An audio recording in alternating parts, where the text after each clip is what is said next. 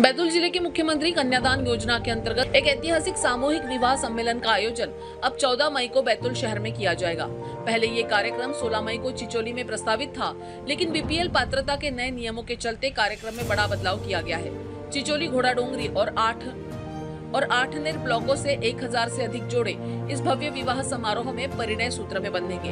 पहले चिचोली में 300 जोड़े पंजीकृत थे, लेकिन नए नियमों के तहत केवल 165 जोड़े ही पात्र पाए गए। शासन द्वारा 15 मई से बीपीएल परिवार की बेटियों को ही योजना का लाभ देने की नई व्यवस्था लागू की जा रही है। स्थिति को देखते हुए दोनों क्षेत्रीय विधायकों गंगाबाई उइके और हेमंत खंडेलवाल की सहमति से विवाह कार्यक्रम को बैतूल स्थानांतरित कर तिथि 14 मई निर्धारित की गई है। भव्य आयोजन की तैयारियों में प्रशासनिक अमला जुटा हुआ है।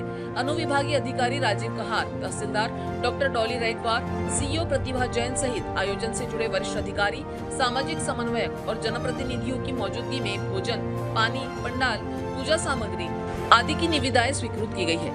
दरअसल ये जिस क्षेत्र से हो रहा है चिचौली जनपद, तो वहाँ की जो आयोजन समिति बनी हुई है उनके प्रस्ताव से ये जो है तिथि 14 की गई है।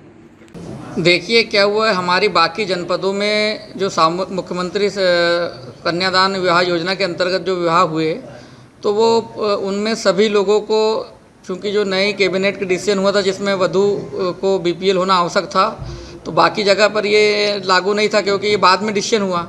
तो यहाँ पर हमारे उस दिन परसों आयोजन समिति की बैठक हुई थी, तो माननीय विधायक जी और सब लोग थे, तो सभी लोगों के सुझाव आए थे कि जिन लोगों ने, चूंकि उन्होंने आयोजन समय के पूर्व कर दिए हैं, तो आज उनको भी ये लाभ मिलना चाहिए था।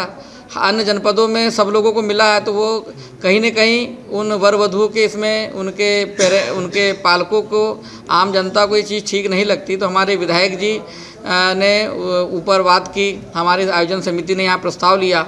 उसके बाद माननीय कलेक्टर साहब और सीईओ जिला पंचायत ने मध्य प्रदेश शासन से मार्गदर्शन मांगा और उसके बावजूद सब लोगों की सहमति से फिर प्रशासन ने ये ऊपर बात की और उसमें फिर हमारा सिर्फ उद्देश्य ये था कि सब लोगों को मुख्यमंत्री कन्यादान योजना के तहत उनका लाभ मिले।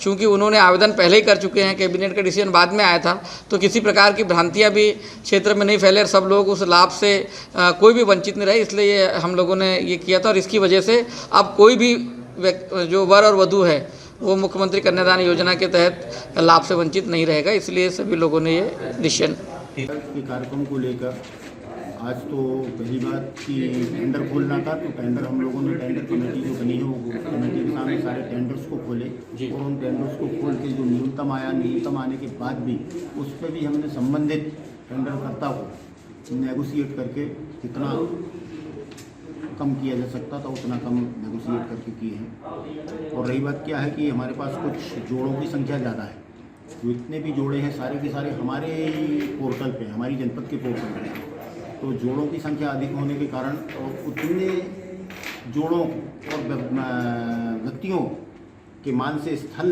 यहाँ पर्याप्त ना होने के कारण ये समारोह का जो आयोजन है बैतूल जिला मुख्यालय में। इस आयोजन के माध्यम से न केवल सैकड़ों जरूरतमंद परिवारों को राहत मिलेगी, बल्कि सामाजिक समरसता और सहयोग की मिसाल भी पेश होगी। बैतूल से न्यूज़ फर्स्ट के लिए सुरेंद्र बावने की रिपोर्ट। हमारा हर शब्द समाज की आवाज, हमारी हर पहल निष्पक्षता का कदम, आपकी हर समस्या में आपसे पहले दिखेंगे हम हैं न्यूज फर्स्ट। ईश्वर का सच, हमारा साहस और आपका विश्वास। सच, साहस और विश्वास। अगर आप ये वीडियो YouTube पर देख रहे हैं तो हमारे चैनल को सब्सक्राइब कर बेल आइकन दबाएं।